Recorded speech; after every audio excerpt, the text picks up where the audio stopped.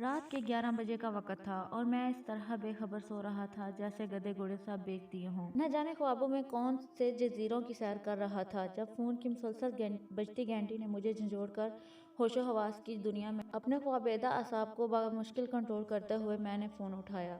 السلام علیکم۔ حسب عادت میں نے سلام کیا۔ وعلیکم السلام، کیسے ہو طلحہ بیٹا؟ کیا کر رہے تھے؟ جواباً مجھے ابو جی کی سنجیدہ سی آواز سننے کو ملی۔ سو رہا تھا ابو جی، آپ لوگ خیریت سے پہنچ گئے؟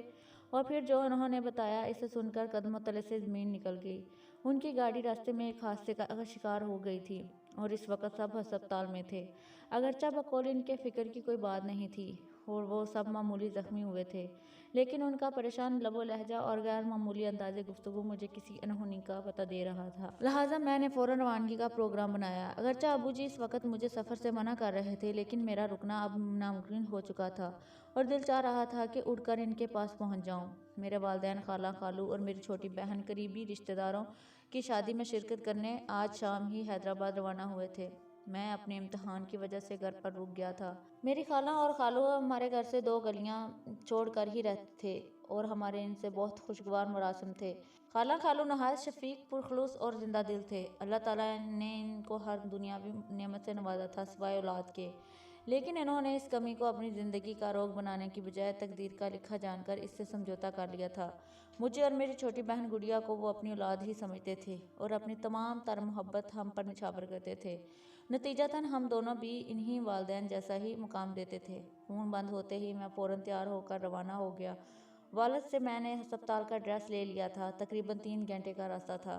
جب میں گھر سے روانہ ہوا تھا تو ہلکی ہلکی بوندا باندی شروع ہو چکی تھی۔ راستے میں بارش مزید تیز ہوتی چلی گئی۔ ابھی میں ہسپتال سے 15 منٹ کے فاصلے پر تھا کہ مجھے شوق لگا۔ رات کی تاریکی اور موسلادھار بارش میں خالو ایک اسٹریٹ لیمپ کے نیچے کھڑے نظر آئے۔ میں نے بریک پر پاؤں دبایا تو گاڑی سڑک پر دور تک گھسیٹتی چلی گئی۔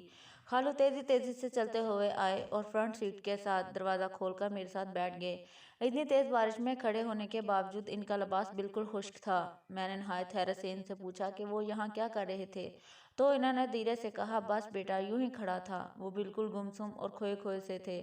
باتوں کے انتہائی شوقین اور بات بات پر زور سے قہقہ لگانے والے خالو بالکل خاموش تھے، سوچ کر بمشکل چند الفاظ ادا کر رہے تھے۔ جب میں نے ان سے سب کی خیریت پوچھی تو وہ گویا ہوئے، ہاں بیٹا سب بالکل ٹھیک ہے، تم فکر نہ کرو، تم سے ملے بغیر جانے کا دل نہیں چاہ رہا تھا تو میں چلا آیا۔ میں حیرت سے سوچنے لگا کہ وہ کہاں جا رہے ہیں، لیکن ان کی حالت دیکھ کر میں نے مزید پوچھنا مناسب نہ سمجھا۔ مجھے لگا کہ ایکسیڈنٹ نے ان کے حواس کو متاثر کر رکھا ہے۔ میں خود بھی ہسپتال پہنچنے کی جلدی میں تھا، لہٰذا خاموشی سے ڈرائیو کرنے لگا۔ جب پارکنگ میں پہنچ کر میں اترنے لگا تو یہ دیکھ کر میری سیٹیں گم ہو گئی کہ برابر والی سیٹ خالی تھی۔ میں تیزی سے ہسپتال میں داخل ہوا تو سامنے ہی میرے والد نہایت دل گرفتہ حالت میں کھڑے نظر آئے۔ میں خالو کے بارے میں بتانا چاہتا تھا، لیکن وہ خاموشی سے تیزی چلتے ہوئے مجھے اندر لے گئے۔ کمرے کا منظر دیکھ کر مجھ پر قصہ طاری ہو گیا۔ سامنے ہی بستر پر خالو کی لاش رکھی تھی، جو روڈ ایکسیڈنٹ میں موقع پر ہی دم توڑ گئے تھے۔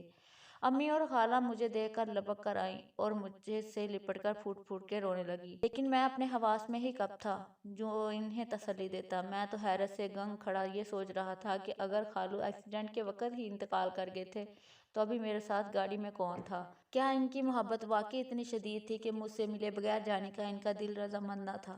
یہ وہ معلمہ ہے جو کبھی مجھ سے سلجھا ہی، جس سے ہم محبت کرتے ہیں اس کے لیے ہم کچھ بھی کر سکتے ہیں، خدا سے مہلت بھی مانگ سکتے ہیں۔ اگر سٹوری اچھی لگے تو پلیز اسے لائک اور شیئر ضرور کریں اور سبسکرائب کریں اور گھنٹی کو بٹن کو دبا دیں تاکہ ہماری تمام آنے والی ویڈیوز سب سے پہلے آپ تک پہنچیں۔ شکریہ۔